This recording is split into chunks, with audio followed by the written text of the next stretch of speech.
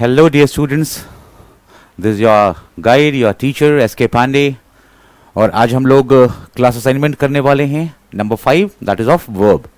ठीक है, इसमें हम लोग सब्जेक्ट और वर्ब एग्रीमेंट जो होता है ना, सब्जेक्ट वर्ब एग्रीमेंट, उसके क्वेश्चंस को कर रहे होंगे। ठीक है, so let's begin our journey. शुरू करते हैं हम लोग पहले क्वेश्चन से, और ये रहा पहला क्वेश्चन। ये लेवल 1 का पहला क्वेश्चन है सब्जेक्ट वर्ब एग्रीमेंट का। फिर से मैं एक बार आप लोग को याद दिला दूं, एग्जामिनेशन हॉल में ये डायरेक्शन बिल्कुल पढ़ा कीजिएगा, सो दैट आने वाले जो क्वेश्चंस हैं उनके बारे में आपको अंदाजा लग सके कि बेसिकली क्या करना है उसके अंदर में। ठीक है, यहां तो हम लोग कॉमन एरर के क्वेश्चंस देख रहे हैं। ठीक है, तो चलो देखते हैं इसमें ये पहला क्वेश्चन है, ये क्या कहता है, इसमें क्या एरर है या बिल्कुल सही क्वेश्चन है, इसमें कोई एरर नहीं है, ये देखते हैं हम लोग। ठीक है, all indications as far as we can see points to better business. ठीक है, और ये है डी नंबर में आपका नो एरर। अब इसमें ये पता करने की कोशिश किया जाए क्या इसमें कहां प्रॉब्लम है। सी वन थिंग इज देयर, जब हम सब्जेक्ट वर्ब एग्रीमेंट पढ़ रहे हैं तो सब्जेक्ट वर्ब एग्रीमेंट पढ़ते समय जो हम लोग को टिपिकली सबसे इंपॉर्टेंट चीज क्या है कि भाई सब्जेक्ट को देखें, है ना, कि उस सेंटेंस के अंदर में पहले तो सब्जेक्ट को फाइंड कर लें, और अगर सब्जेक्ट मिल गया सही तरीके से, अगर आपने सब्जेक्ट को फाइंड आउट कर लिया तो फिर उसको वर्ब के साथ आप अग्री करा सकते हैं। और आपको कॉमनली ये नॉर्मल सी चीजें आपने पढ़ी होंगी अपने क्लासेस में कि सब्जेक्ट जो होता है अगर सिंगुलर हो, अगर सब्जेक्ट जो है वो सिंगुलर सब्जेक्ट हो तो क्या होता है, सिंगुलर वर्ब होता है ना, और अगर प्लूरल सब्जेक्ट हो तो क्या होता है भाई, प्लूरल वर्ब होता है ना। सब्जेक्ट सिंगुलर है तो उसके साथ में हम लोग जो यूज करते हैं वो सिंगुलर वर्ब यूज करते हैं, और अगर प्लूरल सब्जेक्ट है तो उसके साथ में हम लोग प्लूरल वर्ब को यूज करते हैं। ये तो बहुत ही बेसिक चीजें हैं जिसको कि हम लोग को ध्यान में रखना है। अब इसके बाद हम लोग को ये देखना है कि इस सेंटेंस के अंदर में सबसे पहले तो ये ढूंढने कि सब्जेक्ट कहां है, और दूसरा इंपॉर्टेंट ये है कि इसमें वर्ब कहां है। ठीक है, तो चलो ढूंढते हैं हम लोग यहाँ पे सब्जेक्ट। पहले वर्ब देख लें, यहाँ पे ये क्या है तुम्हारा, पॉइंट्स जो लिखा हुआ है यहाँ पे ये वर्ब है ना। यहाँ जो ये सी, ये कैन सी जो लिखा हुआ है ये भी तो वर्ब है ना, ये मॉडल ऑक्सिलरी वर्ब का यूज किया हुआ है और ये वर्ब है। इसके बाद में जो वर्ब का पहला फॉर्म आता है वो। ठीक है, तो यहां पे आपको दो वर्ब्स दिख रहे हैं। ठीक है, अब यहां पे ये देखना है कि ये जो सी, कैन सी है, ये वर्ब किसके लिए आया है, ये वर्ब तो यहां वी के लिए आ गया है। ठीक है, इसके लिए इसका सब्जेक्ट तो यही है वी, लेकिन इस पॉइंट्स का सब्जेक्ट कहां है ना, इस पॉइंट्स का सब्जेक्ट कहां है, तो इस पॉइंट का सब्जेक्ट यहां पे आपको दिख रहा होगा clearly, as far as we can see, यहां तो दिख रहा है। एज फार एज का मतलब आपको पता है कि जहां तक हम लोग को पता है, जहां तक हम लोग देख सकते हैं, है ना, इसके सेंस में यूज किया जा रहा है। और वर्ब के पहले हम लोग को ढूंढना है सब्जेक्ट को, तो यहां पे आप ये जो इंडिकेशंस हैं, इंडिकेशंस, ये इंडिकेशंस क्या है, सब्जेक्ट है। ठीक है, और अगर इंडिकेशन सब्जेक्ट है तो ये दिख रहा है आपको, ये क्या है, प्लूरल सब्जेक्ट है। और अगर ये प्लूरल सब्जेक्ट है तो यहां पे जो वर्ब आएगा वो क्या आएगा, प्लूरल आना चाहिए ना, प्लूरल सब्जेक्ट के साथ में प्लूरल वर्ब का इस्तेमाल किया जाएगा। और अगर प्लूरल वर्ब का इस्तेमाल किया जाएगा दैट मींस यहां पे पॉइंट्स नहीं होगा, क्या हो जाएगा, पॉइंट हो जाएगा। क्योंकि एग्जैक्टली आपको पता है ना, जब किसी नाउन में हम लोग एस या एस लगाते हैं, उसके साथ ऐड करते हैं तो वो प्लूरल हो जाता है, लेकिन जब किसी वर्ब में एस या एस का यूज करते हैं हम लोग, वर्ब के साथ में एस आई एस जोड़ते हैं तो वो क्या हो जाता है, सिंगुलर हो जाता है। जैसे ही हमने इसमें से एस हटा दिया, ये जो पॉइंट है ये प्लूरल हो गया। अब ये इंडिकेशंस के साथ में अग्री कर रहा है। ठीक है, तो ये एग्रीमेंट आपने देख लिया, यहां पे सब्जेक्ट जो है वो आपका इंडिकेशंस है, और इसके चलते यहां पे वर्ब होना चाहिए था प्लूरल जो कि सिंगुलर है। तो इस पार्ट में एरर है ना, सी पार्ट में एरर है, सी आपका आंसर मार्क होगा। ठीक है बच्चे, तो बढ़े नेक्स्ट क्वेश्चन की तरफ। अब नेक्स्ट क्वेश्चन देखते हैं। The quality of the paper used in these books are not very good. अब इसमें देखें क्या है, एक बहुत ही सिंपल सी चीज समझ लो। ये अगर समझ लिया तुमने, आपने क्लास में पढ़ा भी होगा आपने, लेकिन अगर इसको समझ लेते हैं आप तो बहुत ही आसान हो जाती है चीजें। और वो ये है कि अगर आपको ये पता हो, इस सेंटेंस को आप देखो, इसमें सबसे पहले तो ये देखो कि कितने सारे नाउन्स हैं। जो नॉर्मल स्ट्रक्चर हमारे सेंटेंस का होता है वो क्या होता है, सब्जेक्ट, इसके बाद होता है वर्ब, इसके बाद होता है ऑब्जेक्ट। ये नॉर्मल स्ट्रक्चर है, मतलब यूजुअली यही स्ट्रक्चर होता है। ठीक है, बैरिंग फ्यू सेंटेंसेस, लाइक अगर मैं बात करूं इंपेरेटिव सेंटेंस की तो उसमें सब्जेक्ट ना छुपा हुआ होता है। अगर हम बात करें इंटरोगेटिव सेंटेंसेस की, तो वहां पे क्या होता है ना, वर्ब को पहले यूज करते हैं हम लोग, सब्जेक्ट को बाद में यूज करते हैं, है ना। तो कुछ ऐसे इंस्टांसेस हैं जहां पे थोड़ा सा इसमें चेंज होता है, बट बाकी यूजुअली हम लोग इसी तरह से इस्तेमाल करते हैं सेंटेंस को, सब्जेक्ट वर्ब ऑब्जेक्ट, ठीक है, फुल स्टॉप। यहां पे इसके बाद कोई कॉम्प्लीमेंट भी हो सकता है, ठीक है, कोई कॉम्प्लीमेंट भी हो सकता है। तो ये देखा आपने स्ट्रक्चर। अब इस स्ट्रक्चर को देखो और समझो। सबसे पहले तो ये जान लो इस चीज को कि किसी भी सेंटेंस के अंदर में जो सब्जेक्ट बनता है या जो ऑब्जेक्ट बनता है, किसी भी सेंटेंस के अंदर में जो सब्जेक्ट बनते हैं या जो ऑब्जेक्ट बनते हैं, वो जो वर्ड्स होते हैं, वो वर्ड्स हमेशा नाउन होते हैं या नाउन के बदले में आने वाले, यानी वो प्रोनाउन, है ना। क्या होते हैं वो, या तो नाउन होते हैं या प्रोनाउन होते हैं। तो अब ये सर्च करो इसमें, ये देख रहे हो यहां पे ये वर्ब है और वर्ब के पहले हम लोग को सब्जेक्ट ढूंढना है।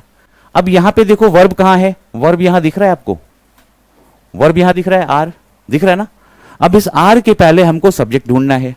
ये तो क्लियर है कि इसके पहले हम लोग को सब्जेक्ट ढूंढना है। अब सब्जेक्ट ढूंढना है तो, और ये भी हम लोग को पता चल गया है कि जो सब्जेक्ट या ऑब्जेक्ट होता है, यहां पे इस केस में सब्जेक्ट, तो जो सब्जेक्ट होता है वो क्या होता है, वो नाउन होंगे या उसके बदले में आने वाले। तो ये देखो इसके पहले, इस वर्ब के पहले कितने नाउन या प्रोनाउन आया हुआ है, देखो तो। एक तो यहां दिख रहा है आपको बुक्स, दूसरा दिख रहा है पेपर, और तीसरा दिख रहा है क्वालिटी, है ना। अब ये 3 नाउन्स आपको दिख रहे हैं।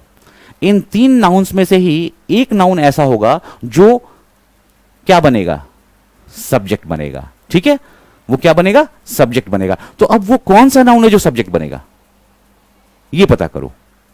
इसके लिए एक बहुत ही सिंपल सा, मैं बहुत ही सिंपल सा आपको एक रूल, एक कॉन्सेप्ट समझा देता हूं, उससे आप आराम से इन चीजों को कर पाएंगे। अब आप देखिए, जो नॉर्मल सी चीजें हैं आप ध्यान रखिएगा। कभी भी किसी प्रेपोजिशन को देखिए, किसी भी सेंटेंस के अंदर में, अगर किसी प्रेपोजिशन के बाद में, ठीक है ना, इसके बाद में अगर कोई नाउन या प्रोनाउन आया हुआ हो, प्रेपोजिशन के बाद में कोई नाउन या प्रोनाउन आया हुआ हो, तो वो क्या होता है पता है, ये क्या होता है, ये जो होता है ये इस प्रेपोजिशन का ऑब्जेक्ट होता है। ये क्या होता है, ये होता है object of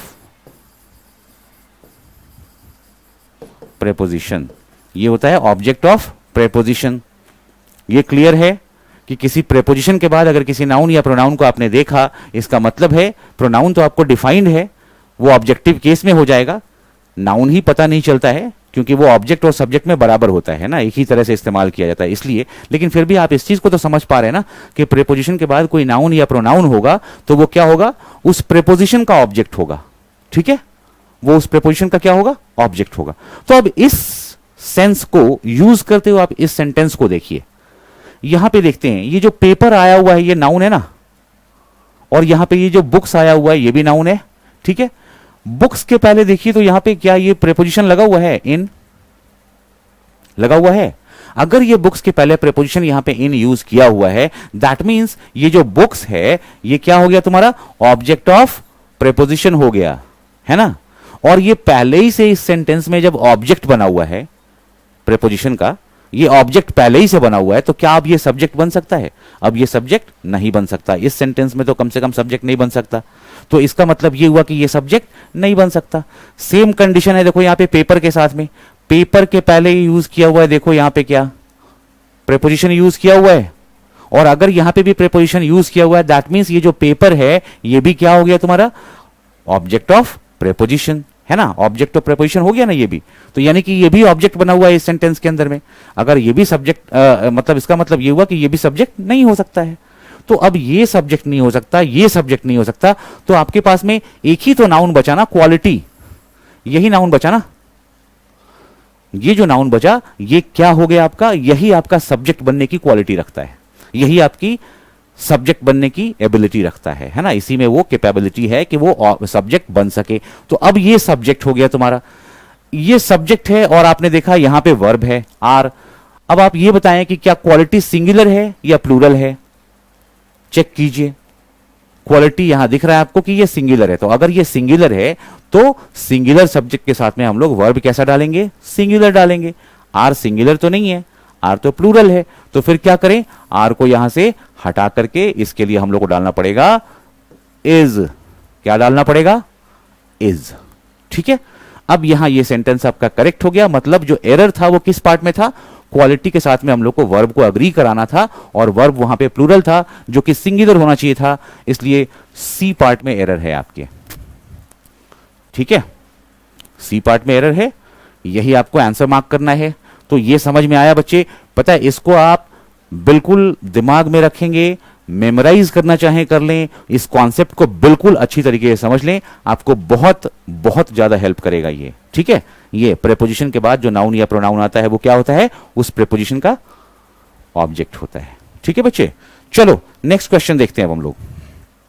next question, do the many has to labour for the few in your country. अब यहां पे देखो, ये द फ्यू, द मेनी ऐसा क्यों लगा हुआ है? ये जो द है ना, ये जो डिटरमाइनर द है, जिसको आप आर्टिकल भी कहते हैं, तो ये बेसिकली इसने क्या किया, इसने ये बताया कि वो कुछ लोग जो कंट्री में हैं उनके लिए वो जो बहुत सारे लोग काम कर रहे हैं, इसके बारे में बात हो रही है। मतलब ये भी कि वो जो कुछ लोग हैं बड़े ही प्रिविलेज्ड लोग हैं, है ना, बड़े ही प्रिविलेज्ड लोग हैं, जिनको कि ये जो लोग हैं ना, मेनी जिनको कह रहे हैं, ये बड़े ही बिरीव्ड किस्म के हैं। कहने का मतलब कि इनके पास उतना नहीं है, ठीक है, इसलिए इनको इनके साथ इनके लिए काम करना पड़ता है। तो यही एक क्वेश्चन फॉर्म में यहां पे दिया हुआ है। ठीक है, यहां पे क्वेश्चन मार्क होना चाहिए बच्चे। ठीक है, यहां पे क्वेश्चन मार्क होना चाहिए, ये एक टाइपोग्राफिकल एरर था, कोई इश्यू नहीं है, इस चीज को समझ रहे हैं ना आप। तो चलो, ये तो मैंने ऐसे समझा दिया आपको कि द मेनी और द फ्यू के लिए। अब इसमें ये बताओ आप कि कहां है सब्जेक्ट। सिंपल सी बात है, यहीं पे दिख रहा ना, ये जो है ना हैज, है ना, यही है ना आपका, क्या है, ये समझ में आ रहा है ना, ये क्या है, ये आपका वर्ब है। तो अगर ये वर्ब है, यहां पे भी है ये वर्ब, लेकिन इसका सेंस अलग है, ये नॉन प्रिंसिपल वर्ब होता है बच्चे, लेकिन यहां पे ये वर्ब है। वर्ब के पहले एक ही वर्ड है मेनी, जो कि सब्जेक्ट बन सकता है ना। अगर ये सब्जेक्ट बन सकता है, इसका मतलब यहां पे मेनी प्लूरल है, तो हैज नहीं होगा, क्या हो जाएगा, इसके लिए हैव यूज होगा। ठीक है, ठीक है ना, इसमें कहीं कोई इश्यू? नेक्स्ट वाला क्वेश्चन देखना शुरू करें अब हम। मेनी प्लूरल, हैज नहीं, हैव, क्योंकि ये भी प्लूरल है, ये सिंगुलर था। क्वेश्चन कौन सा, यहां पे ए में मार्क करना है आपको आंसर। ठीक है, बिकॉज हैज की जगह हैव होगा, वो ए पार्ट में है। चलो नेक्स्ट क्वेश्चन देखते हैं अब हम लोग। So far neither the letters nor the package have arrived at our office of Meerut, है ना। अब इसको देखो, जब आपने पढ़ा होगा ना सब्जेक्ट वर्ब एग्रीमेंट के बारे में, तो ये जरूर पढ़ा होगा कि जब कोई भी सेंटेंस जिसके अंदर में जब नाइदर और नॉर उसके अंदर में हो, है ना, या फिर आइदर और ऐसे यूज किया हो गया उस सेंटेंस के बीच में, तो क्या करते हैं हम लोग, ये जो नॉर है यहां पे और ये जो और है, इसके बाद वाला जो नाउन होता है उसको हम लोग क्या समझते हैं, वो सब्जेक्ट होता है। इसके बाद वाला जो नाउन होता है वो सब्जेक्ट नहीं होता, बल्कि इसके बाद, नॉर के बाद जो होता है वो क्या होता है, सब्जेक्ट होता है। ठीक है, तो अगर ऐसा है कि नॉर के बाद जो आएगा नाउन उसको सब्जेक्ट बोलेंगे, तो नाइदर के बाद जो लेटर्स आया है ये तो नहीं होगा, है ना, क्या होगा, नॉर के बाद में ये पैकेज आया हुआ है ना, तो ये पैकेज जो है ये आपको सब्जेक्ट बनेगा, है ना, ये यहां पे सब्जेक्ट है। और अगर ये सब्जेक्ट है तो इसके लिए ये जो हैव अराइव्ड लिखा हुआ है, तो यहां पे ये हैव होगा क्या, बिकॉज पैकेज चाहे उसमें कितना भी कुछ हो, बट एक पैकेज की बात हो रही है ना, वो पैकेज एज अ यूनिट एक, तो वो सिंगुलर है, इसके हिसाब से यहां पे हैज, यहां पे क्या हो जाएगा, हैज हो जाएगा, हैव नहीं होगा। ठीक है बच्चे, ये क्लियर हुआ कि नाइदर नॉर के केस में, आइदर और के केस में क्या होता है, जो और या नॉर के बाद वाला नाउन होता है उसको हम लोग सब्जेक्ट मानते हैं और उसके अकॉर्डिंगली ही वर्ब को अलायन करते हैं, मतलब वर्ब को उसके हिसाब से ही अग्री कराते हैं। ठीक है, अब यहां पे ये सिंगुलर सब्जेक्ट है तो इसलिए सिंगुलर वर्ब होगा। क्लियर है, चलें नेक्स्ट क्वेश्चन देखें। चलो नेक्स्ट क्वेश्चन देखते हैं हम लोग। The father no less than the children are to blame. अब बताना क्या होगा। सही है, देख लो यहां पे वर्ब कहां है, ये है ना आर, और अगर ये वर्ब है तो उसके पहले यहां देखना है मुझे एक नाउन यहां पे है, एक नाउन यहां पे है, इन दोनों नाउन में से कौन सा ऐसा नाउन है जो कि सब्जेक्ट होगा, यही पता करना है ना, कि इन दोनों नाउन में से कौन सा नाउन है जो कि सब्जेक्ट बनने की स्थिति में है। तो ये देख लीजिए आप, ये no less than the children है यहां पे, ठीक है। जैसे ही किसी, अगर कभी कोई इस तरह का कुछ ये दिख गया जिसमें कि कहीं ना कुछ नेगेटिव भी लगाया हुआ है, तो भी थोड़ा समझ लेना। और दूसरी बात कि इसमें कह क्या रहा है, ये जो no less than the children, मतलब इनसे कहीं कम नहीं, ऐसा बोला गया है। तो ये एक रेफरेंस के तौर पे इस्तेमाल किया गया। बेसिक जो आइडिया है वो बात किसके बारे में की जा रही है, फादर के बारे में बात की जा रही है, ठीक है। तो यहां पे ये चिल्ड्रन जो है ये सब्जेक्ट नहीं हो सकता, यहां पे सब्जेक्ट क्या होगा, फादर। और अगर फादर सब्जेक्ट होगा यहां पे तो नेचुरल है ये क्या है, सिंगुलर सब्जेक्ट। तो यहां पे होना क्या चाहिए, सिंगुलर वर्ब, है ना। आर नहीं होगा यूज, क्या हो जाएगा, इज को यूज करेंगे, ठीक है। The father no less than the children is to blame, ठीक है बच्चे। आई होप ये आराम से इसको आप समझ पा रहे होंगे, बिकॉज आपने अच्छे से पढ़ाई की होगी अपने क्लास में, तो चीजों को देखा होगा। अभी नेक्स्ट क्वेश्चन को देखें हम लोग। देखो, आइदर द सेक्रेटरी और the treasurer are always present at every meeting. अब यहां पे अभी हमने पीछे डिस्कस किया ना नाइदर नॉर और आइदर और के केस में, लेकिन यहां पे क्या है ना, आइदर के बाद भी ये भी सिंगुलर है, ये भी सिंगुलर है, तो इसमें तो आपको कोई परेशानी होनी नहीं चाहिए थी। अगर ये प्लूरल एक होता और एक सिंगुलर होता तो आप सोचते भी कुछ, लेकिन यहां तो नॉर्मल सी बात है, दोनों में से कुछ भी करते तो यहां पे आर की जगह इजी आना था, है ना। लेकिन फिर भी ये आपको ध्यान रखना होगा कि ये सब्जेक्ट नहीं है। सब्जेक्ट कौन होगा, और के बाद, है ना। क्या होगा, और के बाद जो आया है वो नाउन, यही होगा सब्जेक्ट, ठीक है। तो ट्रेजरर के हिसाब से क्या हो गया, आर नहीं होगा, इज होगा, क्योंकि ट्रेजरर सिंगुलर है, वर्ब भी सिंगुलर होगा, ठीक है बच्चे। चले नेक्स्ट क्वेश्चन देखें। चलो नेक्स्ट क्वेश्चन देखते हैं। 7th, everything you could wish for were given to you as a child. Now see, यहां पे वर्ब कहां है, एक तो वर्ब यहां भी दिख रहा होगा आपको और दूसरा वर्ब यहां भी दिख रहा है ना, दो वर्ब दिख रहा है ना। अब बेसिकली आपको समझना क्या है, ये जो कुड विश जो है वो तो इसके लिए आ गया है, यू कुड विश फॉर यहां पे दिख रहा है ना, एक एडिशनल इंफॉर्मेशन की तरह ये बिहेव भी कर रहा है कि वो सब कुछ, हर कुछ जिसकी आपने विश की थी, जिसकी आपने इच्छा व्यक्त की थी, जिसकी आपने कामना की थी, है ना, इसके बारे में यहां पे बात हो रहा है।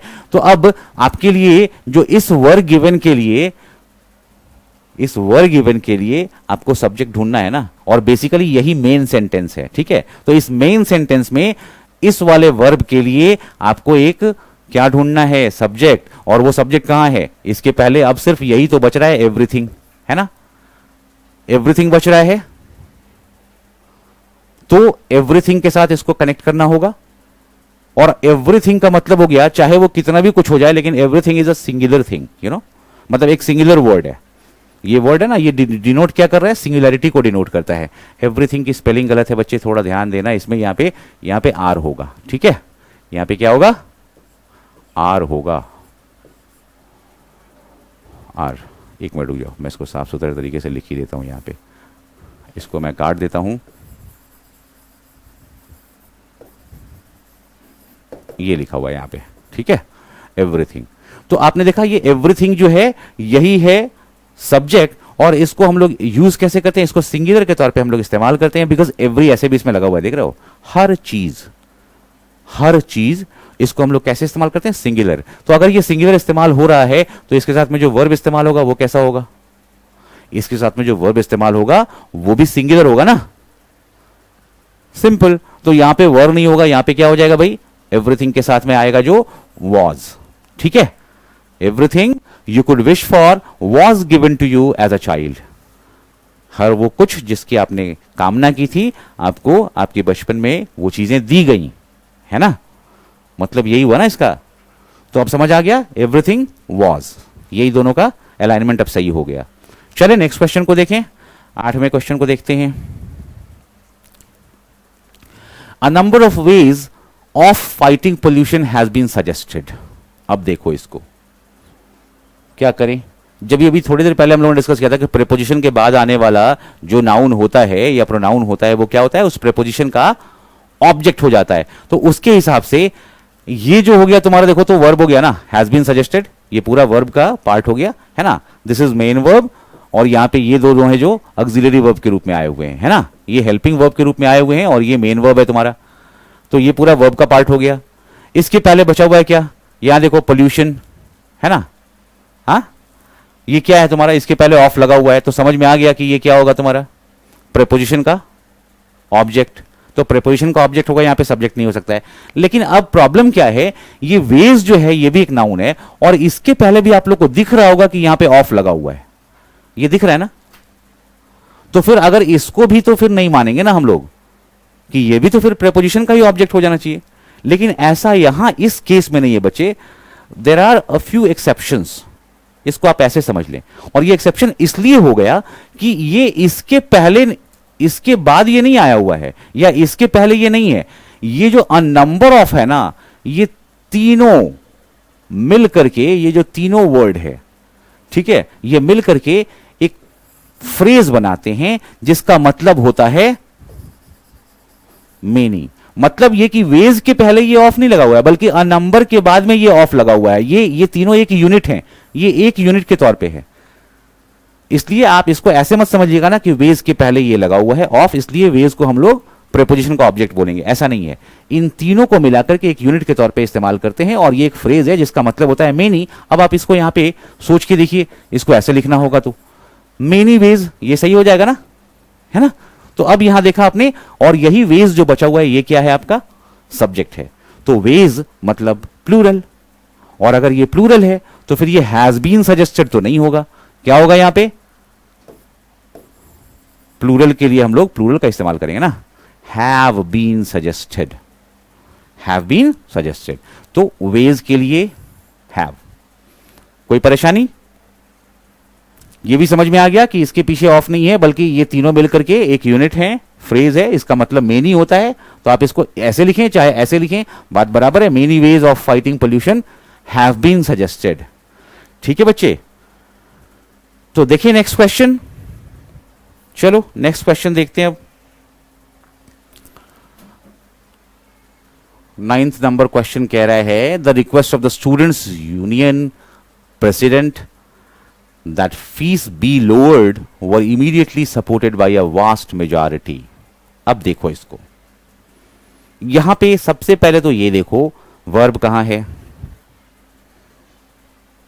अगर ये वर्ब है मानते हैं तो इसके लिए तो यहां पे ये यूज किया हुआ है, ठीक है, सामने सामने ये दिख रहा है, बिकॉज ये दैट से जुड़ा हुआ है, कंजंक्शन से जुड़ा हुआ है, नेचुरल एक नया सेंटेंस होगा इसके बाद में, और ये नया सेंटेंस यहां पे है। लेकिन ये जो वर सपोर्टेड है ये किसके लिए है, वर सपोर्टेड ये किसके लिए है, ये मेन सेंटेंस के सब्जेक्ट के लिए है, और मेन सेंटेंस के सब्जेक्ट में इसके पहले वो आना है। तो इसके पहले आना है तो यहां देख रहे हो स्टूडेंट्स यूनियन प्रेसिडेंट, एक यहां पे नाउन है जिसको कंपाउंड नाउन कहते हैं, है ना।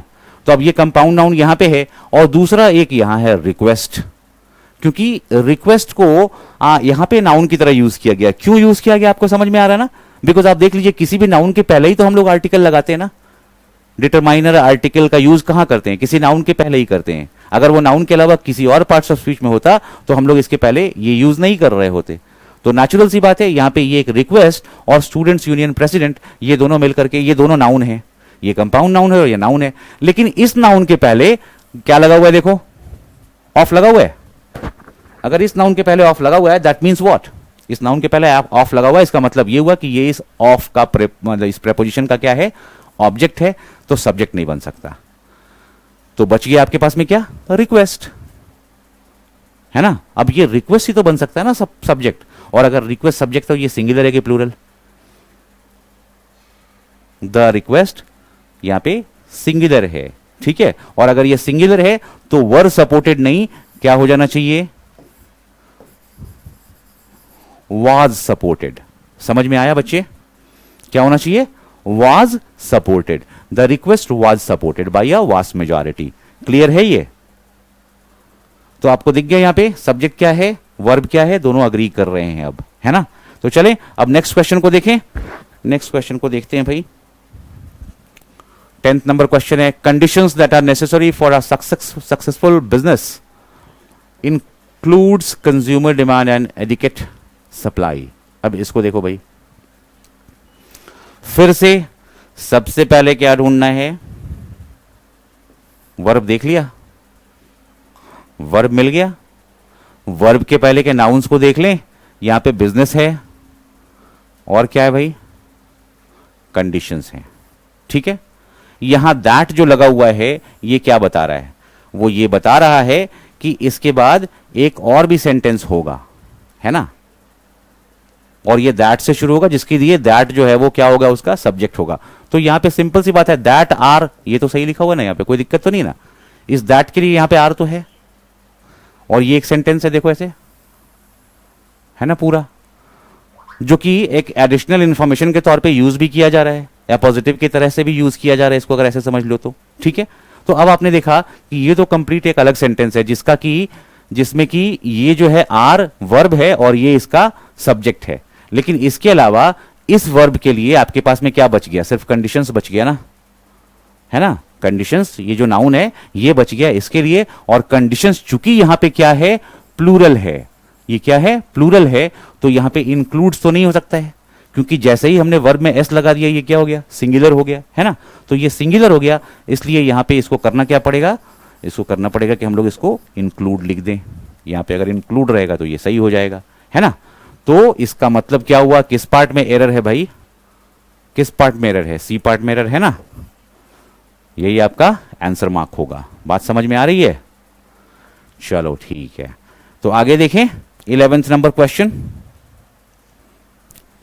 these kinds of dresses seems to be expensive but are relatively economical to maintain them। अब एक चीज ध्यान देना, ये देखो, बट क्या है ये, कंजंक्शन, मतलब ये कि दो सेंटेंस आ रहे हैं इसके साथ में, दो सेंटेंस आ रहे हैं, इसका एक यहां देखो, एक वर्ब यहां है, दूसरा वर्ब यहां है, ठीक है। अब इन दोनों वर्ब्स को ही देख लो, ठीक है, इन दोनों वर्ब्स को देखो, इन दोनों वर्ब्स के लिए जो सब्जेक्ट है ना वो एक ही है, क्योंकि इसमें अलग अलग दो सब्जेक्ट्स नहीं है, दो वर्ब्स हैं, लेकिन दोनों वर्ब के लिए सब्जेक्ट जो है वो एक ही है, ठीक है। और वो सब्जेक्ट कहां है, कहां है भाई, ये ड्रेसेस है या काइंड्स है, ड्रेसेस के पहले ये लगा हुआ है बच्चे, देख लो, प्रेपोजिशन, ये नहीं हो सकता है, ये ऑब्जेक्ट है प्रेपोजिशन का, लेकिन ये काइंड्स है ना, ये क्या है तुम्हारा, सब्जेक्ट है। और काइंड्स सिंगुलर है या प्लूरल है, काइंड्स प्लूरल है, तो यहां देखो उसके लिए जो ये यहां पे तो आर यूज किया गया है, लेकिन यहां पे क्या किया गया, यहां पे सिंगुलर वर्ब का यूज कर दिया गया, और यही एरर बन गया, है ना, एरर तो यही हो गया ना, यहां पे सीम्स नहीं होना चाहिए था, क्या होना चाहिए था, सीम होना चाहिए था, यहां भी प्लूरल हो जाता, फिर यहां भी प्लूरल हो जाता, और ये प्लूरल सब्जेक्ट, तो इस हिसाब से पूरा का पूरा सेंटेंस अलाइनमेंट सही हो गया अब आपका, है ना, सब्जेक्ट के साथ में दोनों वर्ब अग्री करना शुरू कर दिया अब, ठीक है। तो यहां पे क्या होना चाहिए था, बी पार्ट में जो एरर था, सीम्स की जगह पे सीम होना चाहिए था, ये आपका आंसर पार्ट है, ठीक है। चलो देखें नेक्स्ट क्वेश्चन,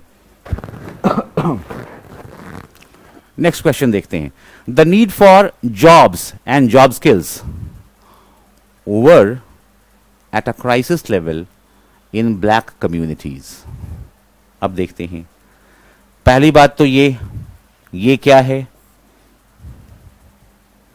वर्ब, वर्ब के पहले जो सब्जेक्ट ढूंढना है हम लोग को वो कहां कहां है, एक तो तुम्हारा ये जो जॉब स्किल्स है ये है, दूसरा क्या है, जॉब्स है, और तीसरा है वो नीड है ना, ये तीन नाउन्स दिख रहे हैं आपको।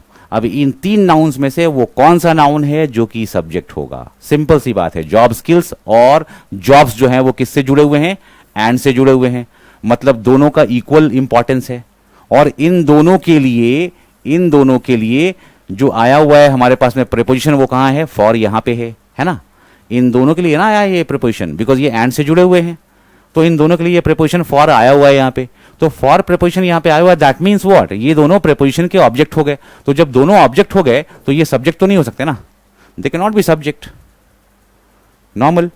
तो अगर ये सब्जेक्ट नहीं है, that means what is left there to be subject, subject बनने के लिए कौन सा बचा हुआ है, सिर्फ एक नीड है ना, यही बचा हुआ है ना। और नीड जो है वो सिंगुलर है या plural? Need is singular here. और अगर ये सिंगुलर है तो इसके साथ में जो वर्ब होगा वो क्या वर्ब प्लूरल होगा? नहीं ना, इसके साथ में जो वर्ब होगा वो वाज होगा, जो कि सिंगुलर है। ठीक है बच्चे, समझ में आया क्यों नहीं हो रहा है, कौन सा नाउन क्यों सब्जेक्ट नहीं बन सकता है और कौन सा नाउन सब्जेक्ट बन सकता है? ये बहुत सरल तरीके से हम लोगों ने कोशिश की जानने की, है कि नहीं।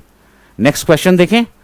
Next question will be the last question of your level 1।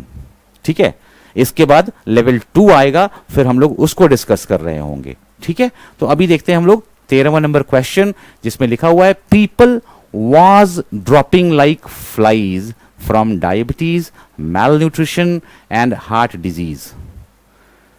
तो इधर जाने की तो जरूरत ही नहीं थी ज्यादा, सीधा सीधा क्या हम लोग सब्जेक्ट वर्ब एग्रीमेंट देख रहे हैं। सब्जेक्ट कहां है? जहां पे यहां पे वर्ब हो गया, इसके पहले एक ही वर्ड है पीपल, जो कि सब्जेक्ट है, और ये सब्जेक्ट है और ये वर्ब है ना। और पीपल जो है वो क्या है? प्लूरल है। पीपल एक प्लूरल नाउन है, तो इसके साथ में जो वर्ब होगा वाज ड्रॉपिंग होगा या फिर यहां पे वर ड्रॉपिंग होगा। प्लूरल वर्ब देंगे ना हम लोग इसके साथ में, तो बस ये प्लूरल वर्ब आ गया, were dropping. People were dropping like flies from diabetes, malnutrition and heart disease. ठीक है, तो आई होप ये आप लोगों ने अच्छे से बनाया भी होगा पहले भी, और इसको हम लोगों ने भी डिस्कस भी कर लिया। So there is nothing much in that, nothing much left in that, जो कि ज्यादा डिस्कशन की जरूरत पड़े हमको। हाँ, लेवल 2 को देखते हैं हम लोग, थोड़ा इससे और भी थोड़ा अपग्रेडेड होगा, क्वेश्चंस के लेवल जो होंगे थोड़े और अपग्रेड होंगे, बिकॉज वो लेवल 2 है। तो वहां जाकर के फिर हम लोग एक बारी डिस्कस करना शुरू करते हैं और देखते हैं कि क्या क्या है लेवल 2 के अंदर में, किस तरह के क्वेश्चंस हैं, और उसको हम लोग डिस्कस करेंगे। ठीक है बच्चे, तो अभी ये लेवल 1 था, इसके बाद हम लोग लेवल 2 पे आएंगे। ठीक है, तो मिलते हैं फिर लेवल 2 पे। अभी के लिए बाय।